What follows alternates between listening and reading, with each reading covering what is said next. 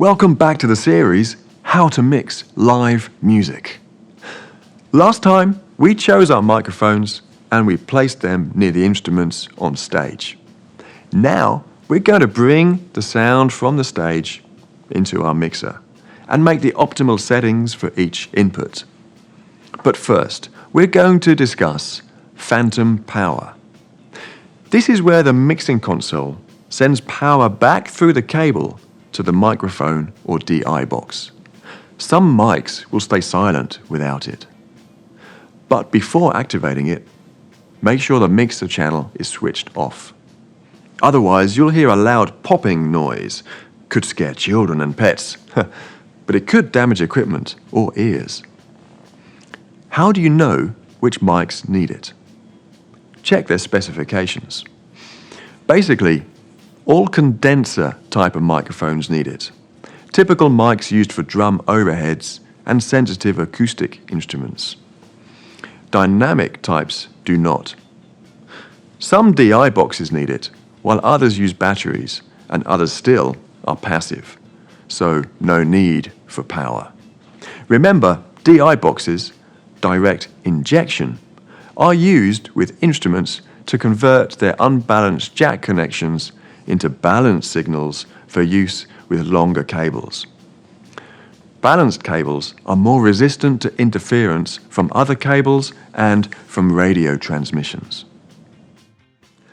See at the top of the MGP console, the small red button is for plus 48 volts.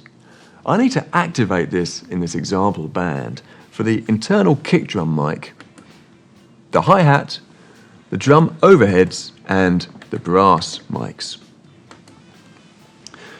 When using the TF mixer, be aware of the plus 48 volt master switch. It's in the setup menu.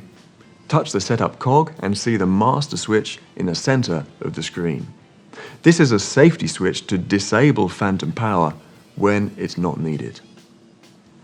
Now it's time to check the signal level coming in to the mixer. Each instrument or microphone will produce electrical signals at different voltages.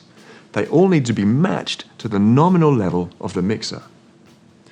The nominal level is the most efficient voltage level for the mixer to operate at without distorting the signal and without adding noise.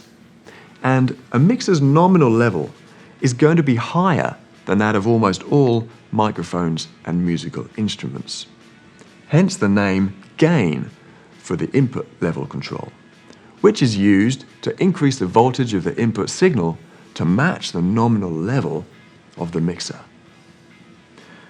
Use the PFL button by the fader on MGP, or the Q button above the fader on TF. This will send the input signal to the headphones. PFL, by the way, means pre-fader listen. You can hear the sound in the headphones even when the fader is down and the channel is off.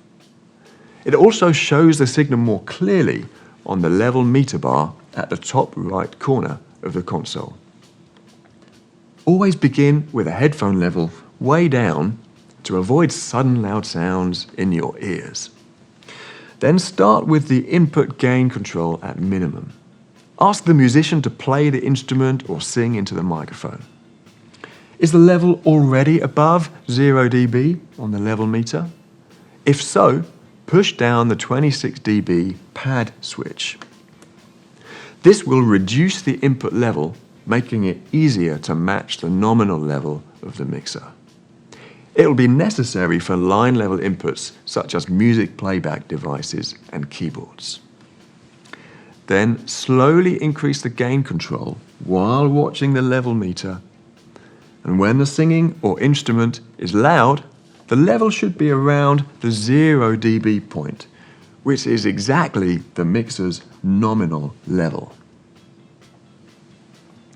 Don't be tempted to make it higher, as it will then become more difficult to mix many inputs together without overloading the mixer's outputs. On the TF console, it's a little different. There is no need for a pad switch because the analog gain, or A gain, adjustment has a much wider range. On the screen, there's another very useful feature, From the home screen, touch and input's gain control to see the input screen. Here we can see the gain finder. It looks a bit like a guitar tuner, but instead of showing pitch, it shows signal level. Adjust the A gain using the touch and turn knob, or dragging on the screen, until you find the point where the central green light is showing most frequently. For many vocal microphones, I expect that point to be somewhere between +30 and +40. For other instruments, it would usually be lower. The central green indicator lights up when the input signal is matching the nominal level of the mixer. If you're using a DI box between an instrument and the mixer, that'll often convert the signal from line level to mic level, and you may need to apply more gain. So use the Q or PFL button and listen to the sound in the headphones, one channel at a time. If there's a buzzing sound at the input, try to find the cause. If a DI box is used, they often include a ground lift or earth lift switch. Activating it may stop the buzz. Otherwise, try changing the cable in case it's damaged, or change the route the cable is laid in case it's picking up interference from adjacent power distribution. These are the most likely causes of noise. TF consoles have another useful little feature, which is not found on MGP mixers. It is the polarity reverse function, represented by a small Greek phi symbol. You only need this when you have two microphones for the same instrument, such as snare top and snare bottom, or inside kick and outside kick. So when you have both a microphone for a guitar cabinet as well as the direct injection from the instrument, is another example. Such techniques are often used to provide a more detailed and versatile character to the sound. Anyway, the sound waves picked up by one mic could be radiating in a different direction to the sound at the other, so the two combined may not sound so good. Listen to both channels together in the headphones and try activating the polarity switch for one of them. If the combined sound is improved, keep the polarity reversed. Now, if you look on the right side of the screen, you will see the level meter, that the central green indicator here, corresponds to a level of -20. Notice that this scale is quite different to that on an analog mixer. In the next video, I'll explain about these differences, and I'll give you some tips about how to manage the gain structure of your whole sound system. This is vital for creating a good sound, no matter whether the performers are being loud or quiet.